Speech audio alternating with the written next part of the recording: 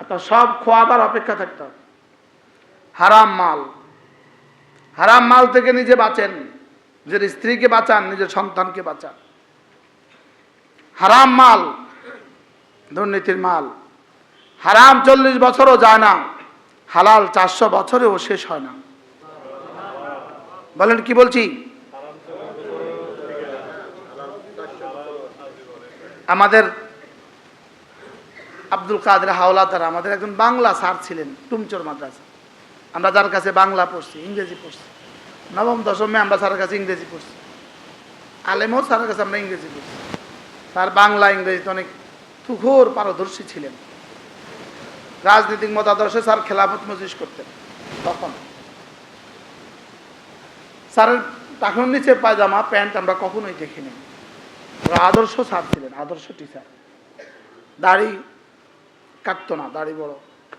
5 ওয়াক্ত নামাজ জামাতের সাথে পড়তেন। স্যার জীবিত আছেন, এখনো জীবিত আছেন। ভবানীগঞ্জ থেকে ভিতরে স্যার বাড়ি। তো আমরা যখন পড়ি তখন তো নকলের মহাসমারোহ ছিল, নকলের মহাসমারোহ। আর গত 16 বছর তো শুধু মহাসমারোহ ছিল না, নকলের মহা উৎসব ছিল। ঘরে পড়া, ঘরে লেখা এর থেকে বেশি কষ্টকর ছিল, হলে লেখা যতটা সহজ ছিল। তা আমাদের স্যার বলতেন, শোনো,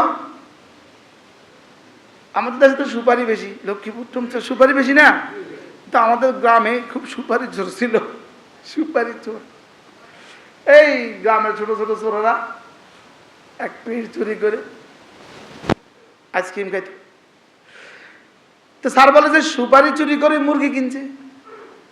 এবার মুরগি বাচ্চা হয়েছে অনেক, মুরগি বিক্রি করে এবার একটা ছাগল কিনছে। তো এবার ছাগল অনেক বাচ্চা দিছে। তো এবার ছাগলের বাচ্চার পরে এবার ছাগল বিক্রি করে একটা গরু কিনছে। এবার গরু অনেকগুলো বাচ্চা দিছে। এবার 2-4টা গরু বিক্রি করে একটা ঘর করছে। এবার ঘর কইরা এই গরুর টাকা এবার একটা বিয়ে করছে। এবার এই গরুর টাকা দিয়ে সুন্দর একটা ব্যবসা শুরু করছে। এবার ধুম চলতেছে জিন্দিগি সুন্দর। স্যার বলেন তার জীবনের প্রতিটা রক্তবিন্দু হারাম। আমরা যখন নবম শ্রেণীতে পড়ি তখন স্যারে এই ওয়াজ করছে আমাদেরকে নকল থেকে বাঁচার জন্য। বুঝেন না কিছু? স্যার বলতেন নকল করে পাস করবা তো এই সার্টিফিকেট হারাম, এই দাখিল আলেম ফাজল কামেল, এই matric inter honours degree masters সব হারাম। এবার বিয়ে করছো ওই সার্টিফিকেট দিয়ে, এটাও হারাম। এবার ওই সার্টিফিকেট দিয়া চাকরি করছো তো এটাও হারাম। এবার সার্টিফিকেট দিয়ে কামাইছো তো এটাও হারাম। স্যারের বক্তব্য আর কি। বারহাল হারাম থেকে নিজেকে বাঁচান। বলেন বলেন কি বলছি বলেন। একদিন তখন আমি দেবিদ্যার জুমা পড়াই। আমি জুমাতে রওনা দিছি, এক ছেলে আমাকে ফোন দিয়েছে যে আপনার সাথে আমার বিশেষ কথা আছে, আমি একটু দেখা করবো। আমি বলছি রাস্তা দাঁড়ান, আমার সাথে আমার গাড়িতে উঠে যান। সে আমার গাড়িতে উঠছে। সে মাদ্রাসায় পড়ুয়া ছাত্র, ফাজল পাস এমন হবে। তো সে আমাকে বললো হুজুর একটা কথা আমি আপনাকে সাথে শেয়ার করার জন্য উঠছি, আমার সাথে এটা কাউকে আর বলি নাই জীবনে। কি বলেন? হুজুর আমি সৌদি আরব থাকি, তো আমার এক ফ্রেন্ড ও এক দোকানে চাকরি করে, মুদি দোকানে চাকরি করে, বাকালাতে চাকরি করে। ও দেশে আসবে, দেশে আসার সময় ও আমাকে ওর জায়গাতে বসায় আসছে। ওর জায়গাতে কি বদলি দিয়ে আইছে। আসার সময় কানে কানে আমার কয়ে আছে, শোন আমি একটা কাজ করতাম, প্রতিদিন 1000, 1500, 2000 রিয়াল চুরি করতাম। এ দোকান থেকে কি করতাম? সরাইতাম। চুরি তো আর বলে না, সরাইতাম। তো সরাইতে আমি অনেক টাকা হয়েছিলাম। তো যাক, এখন তো তোকে আমি দিয়ে গেলাম, তুই যদি এই টাকাটা না সরাস তাহলে আমি ধরা খেয়ে যাব। ওরে চুরি শিখায় দেয়, কোনোভাবে দেখ তুই আমাদের ধ্বংস করিস না, শরম দিস না, তুইও এই চুরির বিষয়টা অব্যাহত রাখিস, জারি রাখিস, তুই প্রত্যেক দিন এভাবে চুরি করিস। যা যখন ভাল লাগে ১,৫০০, ২,০০০, ২,৫০০, ১,০০০ এভাবে তুই একটু সরাইয়া রাখিস। ১,০০০ রিয়াল মানে অনেক। হুজুর ওকে বাঁচাবার জন্য আমি এই টাকাটা সরাইছি। আমার কাছে এখন অনেক টাকা। মালিক কখনোই বুঝে নাই। মালিক বুঝছে চলছে এভাবে, যদি ২০-২৫,০০০ রিয়াল মালিককে আমরা জমা দিয়ে দেই, তো এভাবেই চলছে, এভাবেই চলতেছে সুন্দর মতো। হুজুর আমার কাছে এখন অনেক টাকা হয়েছে, এখন আমি টাকাগুলো কি করব? পরে ও ৩ মাস পরে ও তাই ওর কাজ জয়েন করছে, আমি আমার কাছে জয়েন করছি, আমি চলে এসেছি। আচ্ছা যাক, তা আমি ওকে বললাম যে এই টাকাগুলোর একটাই রাস্তা, সেটা হলো মালিককে ফেরত দাও। বলছে মালিককে ফেরত দিলে ওর ফাঁসি হয়ে যাবে। সৌদি আরবের বিষয়, এটা অসম্ভব। তাই বলছি তাহলে একটাই রাস্তা, এটাকে সাদাকা করে দাও। কি করে দাও? তাহলে হারাম উপার্জনের এই 2 রাস্তার বাইরে 3 নাম্বার কোনো রাস্তা নাই। কটা রাস্তা বলেন? কি কি?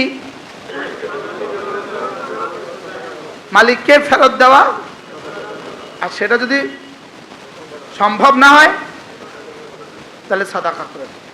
সওয়াবের উদ্দেশ্য ছাড়া সাদাকা করা, যার টাকা তার ছাড়া। এই যুবক বলল, বুঝা আচ্ছা ঠিক আছে চেষ্টা করবো, ব্যাস শেষ। তার সাথে আমার আর কোনো যোগাযোগ নেই, আর কোনো কি নেই।